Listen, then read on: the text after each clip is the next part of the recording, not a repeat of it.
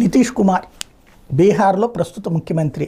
వాస్తవంగా క్రిందటిసారి జరిగిన ఎన్నికల్లో భారతీయ జనతా పార్టీ జేడీయూ కలిసి పనిచేసినాయి. తర్వాత జేడీయూకి తక్కువ సీట్లు వచ్చినాయి, బీజేపీకి ఎక్కువ సీట్లు వచ్చినాయి. అయినా సరే ముఖ్యమంత్రిగా నితీష్ కుమార్ అని చెప్పారు కాబట్టి అటుకిచ్చారు.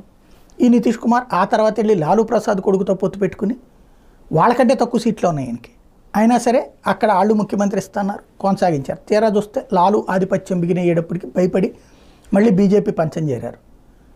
ఈ పదే పదే ఆయారాం గయారాం కల్చర్ కాదు, ఈ గోడ మీద పిల్లి వాటపు వ్యవహారం నరేంద్ర మోడీకి నచ్చట్ల.